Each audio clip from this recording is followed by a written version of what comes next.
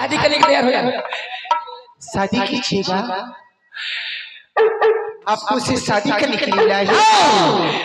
तुमसे मैं शादी करने के लिए मैं आप मुझे जान से मार दीजिए, मैं मरने के लिए तैयार हूँ।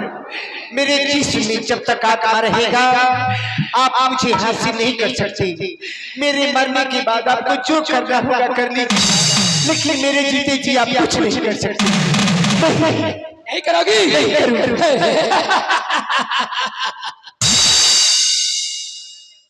जब की शादी करने से इनकार ही कर रही है तो इसको जिंदा भी छोड़ना नहीं है।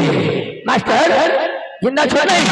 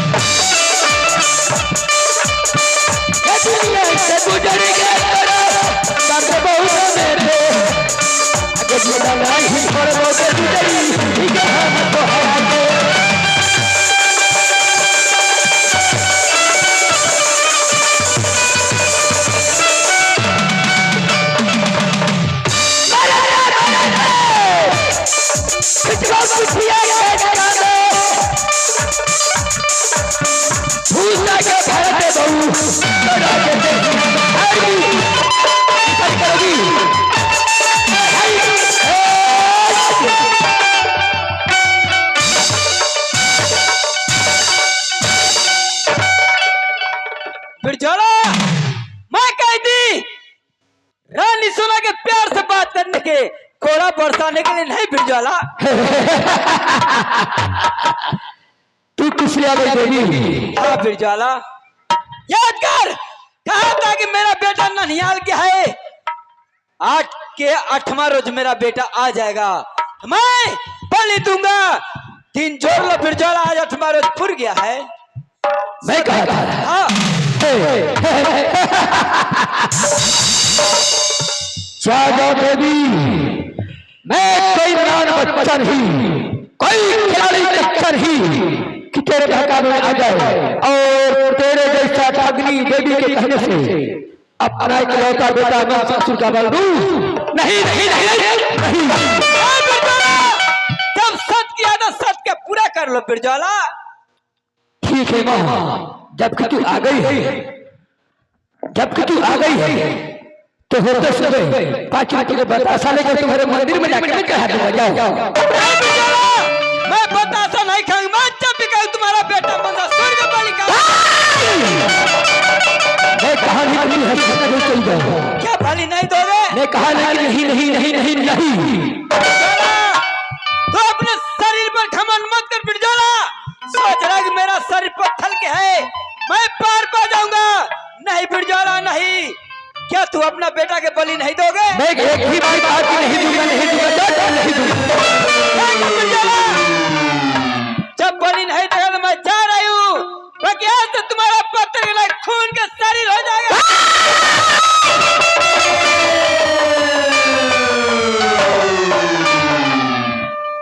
आज तक कोई मैं पैदा ही लिया है कि पत्थर को शरीर को, खून को शरीर बना सकती है। और शक्ति देवी होकर हमें शराब देके जा रही, तुम्हें शराब से कुछ होने वाला नहीं है। मेहरानी तैयार हो जाओ शादी करने के लिए। अगर शादी करने से इनकार की तो देख लेते किसी घोड़े के मार से हड्डी को जोड़ को अलग अलग करूंगा, पूरे बदन का चमड़े खुले छेड़ डालूंगा। करोगी? आओ।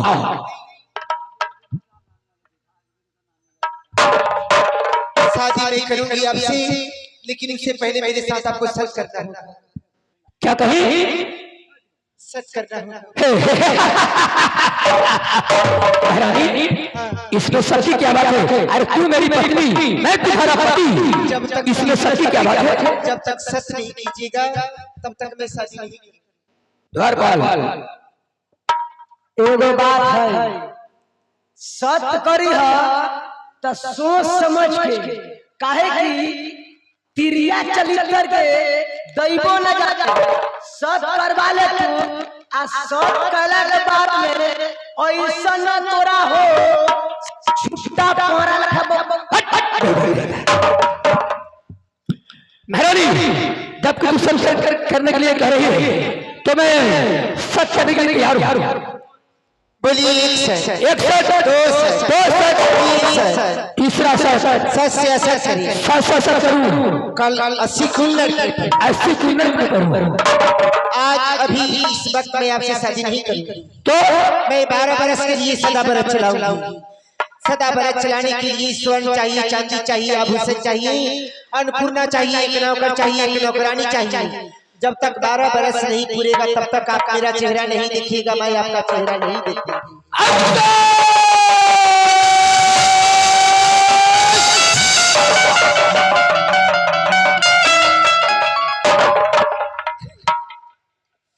और जिस रोज 12वां बरस पूर जाएगा, 12 बरस पूर जाएगा, उस दिन आकर आप मुझसे शादी कर लीजिए।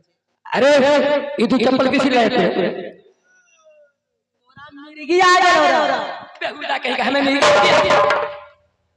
मैंने महारानी के साथ सच किया। महारानी कही कि पहले हमसे सच कीजिए, उसके बाद मैं शादी करूंगी। तो हमें सच करवा ली और सच करवाने के बाद कहती है कि 12 वर्ष बराबर काटूंगी, 13वां वर्ष में आपसे शादी करूंगी। तो उतना दिन में तू आकर तौल हो जाएगा। कैसे? सारा खिड़की के रोड गिर पड़ता। ये बिल्कुल कहीं कहीं तुम्हारे लिए होगा 12 साल और किसी के लिए होगा 12 साल, लेकिन मेरे लिए 12 साल 12 दिन होगा। महारानी जबकि तू कह रही है तो मैं ठीक है, तुम्हें दासी चाहिए, द्वारपाल चाहिए, ये सब तुम्हें चाहिए। मैं कही ना स्वर्ण चाहिए, चांदी चाहिए, आभूषण चाहिए, अन्नपूर्णा चाहिए, एक नौकर चाहिए, एक नौकर। ठीक ठीक सब मिल जाएगा, लेकिन आज अब हमसे मुलाकात नहीं कीजिएगा, 12 बरस के बाद आप मुलाकात। ठीक ठीक, लेकिन जिस दिन 12 साल चाहेगा मैं आज से शादी कर लूंगा। ठीक ठीक, तो मैं चला। द्वारपाल सुनो, महारानी को एक दासी चाहिए। तुम्हारा पत्नी है ना? तुम्हारा पत्नी? हमारे परिवार गड़बड़ायल है। कैसे? डॉक्टर से कहीं दिखाता है? देखो महुआ, हाजीपुर, पटना में से मुजफ्फरपुर टीकी झा सब रेफर कर देलकै, ओकर इलाज कहीं नहीं। रे बिल्कुल कहीं कहा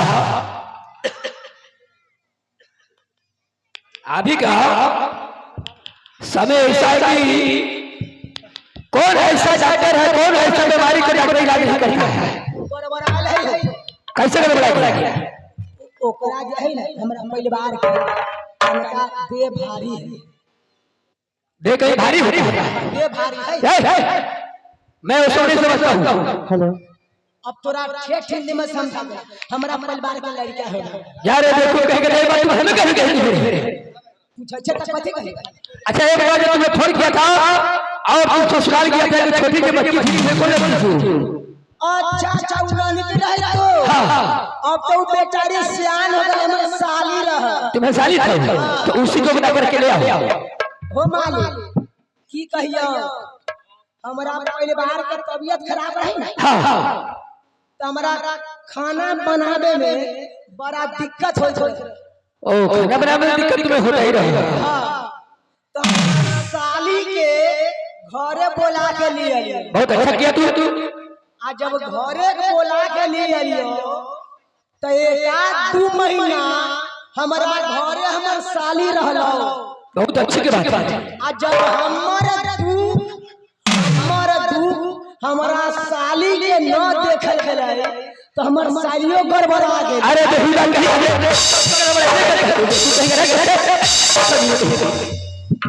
क्या बोला? और मैं जा रहा हूँ, एक सुनो, इसे कासा पत्थर जितना होगा सब दान करना, इसे नगद रुपया देना नहीं। नगद पैसा देना। हाँ, अगर नगद रुपया देगा तो हो सोच के भाग जाएगी। क्या बजाइए? ठीक है, तो मैं चल आई।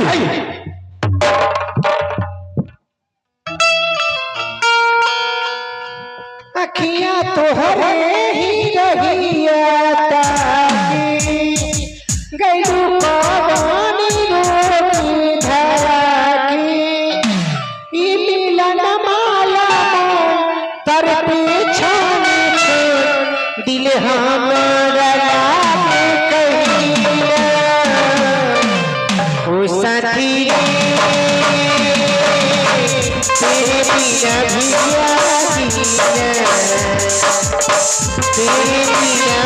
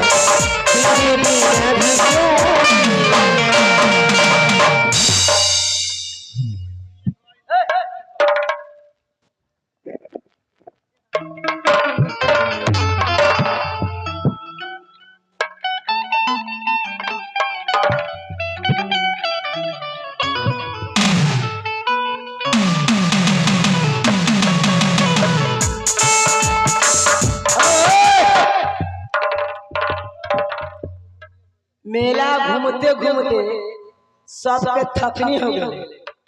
तेईस गोर जाते गोर सबके थकनी भेल। ई सब सुतल है तो हमहू बैठ के कहला जमुआई कर, हमहू कहीं जाइए गोड़ थारी में जग होते तो हमहू कहीं सुत रह। नौकर चाकर के तक गोड़ थारी के वैसे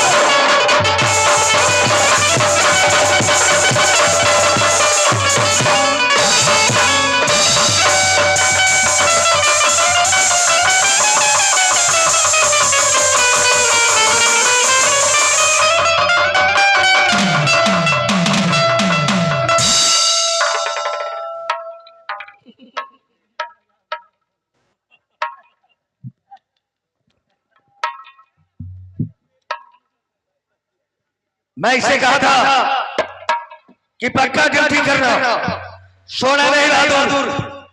आप ये देखिए अपने ड्यूटी में लगा हुआ है, ये ड्यूटी को छोड़ेगा नहीं, ऐसे नहीं उठेगा। अभी इसे उठाना होगा।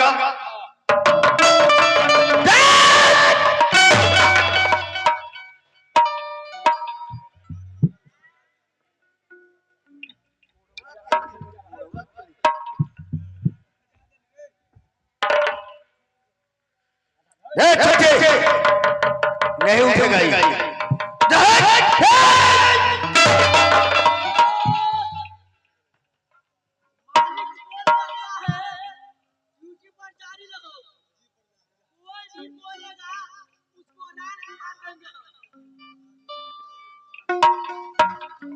देखो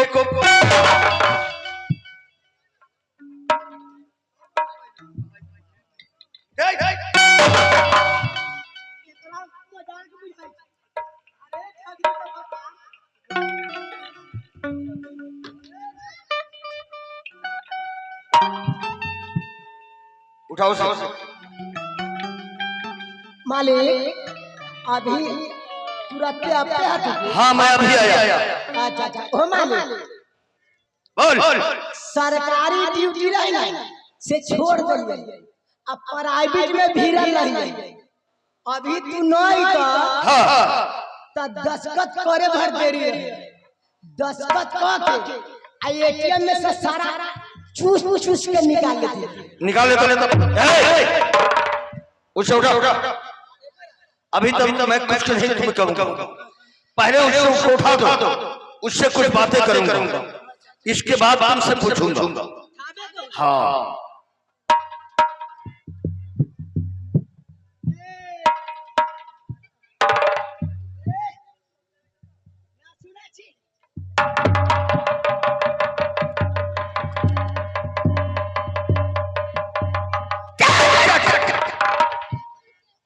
मैं तुम्हें कहा था उठाने के लिए, सेवा करने के लिए। बोलो। अरे 15 मिनट गया, तब तुम्हें कहा था कि उसको उठाने के लिए, सेवा करने के लिए नहीं। उठाओ सर, जल्दी, टाइम नहीं है। उठाओ।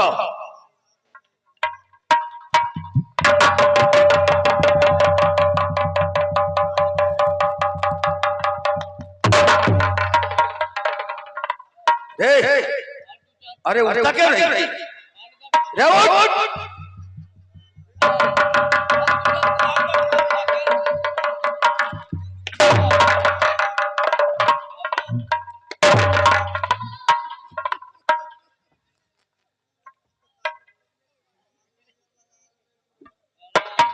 अब क्या हो मालिक?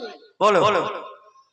एगो है 12 इंच के स्पीकर। हाँ। एकरा पास में 14 इंच के स्पीकर। अच्छा।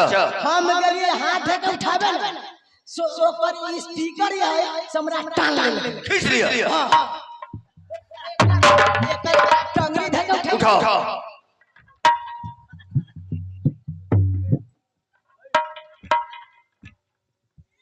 चलो झजरी के बता चलो।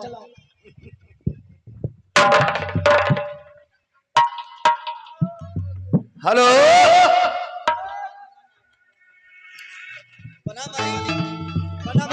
प्रणाम। आपने बस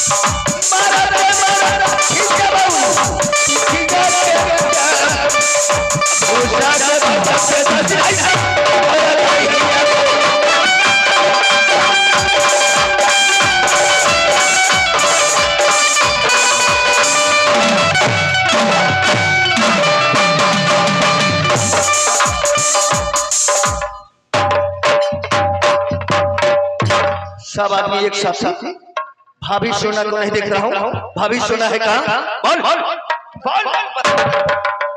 हेलो हेलो।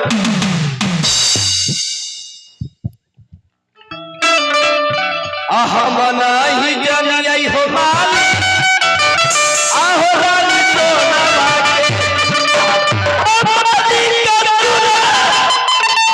आहो बादला मना ही जानी हो माल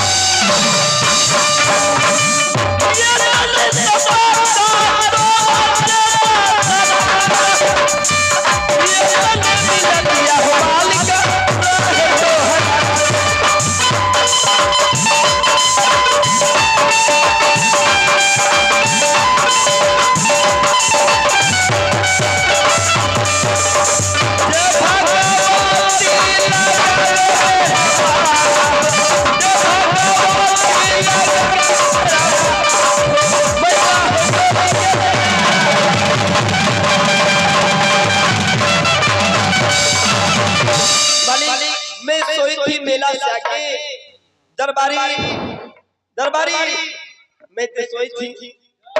आप कहाँ गए थे दरबारी? मालिक यहाँ बोलो बोलो। अब हमारा ख्याल पड़ गया क्या से मालिकिनी कहाँ गए थे? कहाँ गई? ई सर है सुतल हम बैठ के रहिए जब मुआई कर तो बड़की मालिकिनी कहती लेकर से हमारा लड़का है 6 महीना के इंदल बेटा दूध मिला के दरबारी अब हमरा ख्याल हो गेल से रानी सोजा मलकिनी जे हथुन से बौआ इंदल न उन करे गेल खुला दूध पिया ओ मारे मरबा ले छे जब पता चले छे रे पहले क्यों नहीं कहा? मार खा ले छे तबे का ख्याल कर उ त मलकिनी घरे चल गए। घर चले गए? हां बेटा इंदल के दूध पिया मेरा घरे चल गए। हमें यकीन नहीं होता कि घर चली गई। तू चिंता ना कर हम फिक्र न करबे मलकिनी घरे चल गए। सुनो एक काम करो जाओ यहाँ से पता लगाओ घर है या नहीं। अगर घर होगी तो जल्दी ही आना, ना होगी तब भी आना।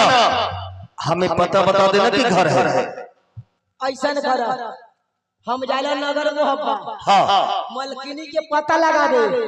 मलकिनी घरे हो चुन तो हम आबो अब मलकिनी घरे न हो चुन तो हम न आबो। अगर घर होगी तभी तुम्हें आना है, अगर न होगी तभी तुम्हें आना है। अच्छा पता लगा कर जल्दी आओ। ठीक है जा जाओ जाओ जाओ।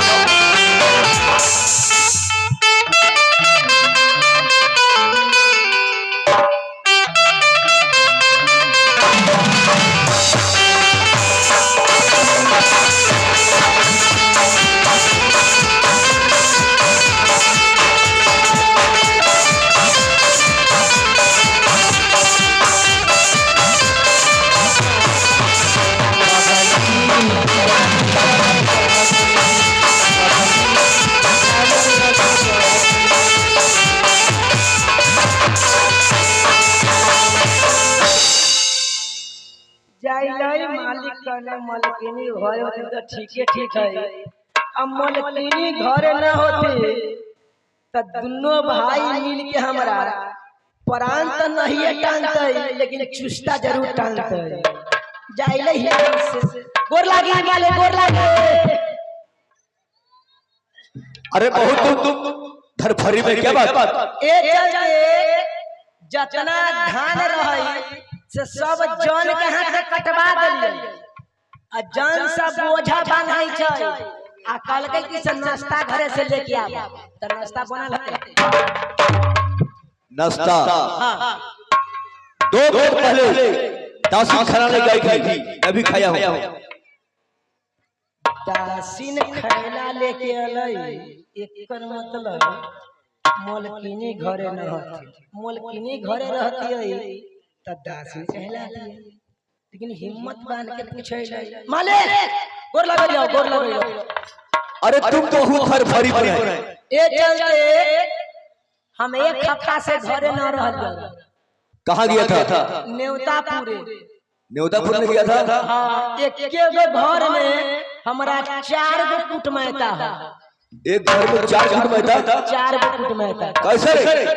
हाथ पर जोड़ बोलो। बाबू के ससुराल, एक माय के नैहर, दादा का समधियाना, 3 हमर नलियाल, 4 बस बहादुर। अते अब 6 ठिठी में समझा देलो मोलकिनी घरे है। अरे सब घर है। अब कुछ हिम्मत बनै छै मोलकिनी घरे हथिन। हाँ हाँ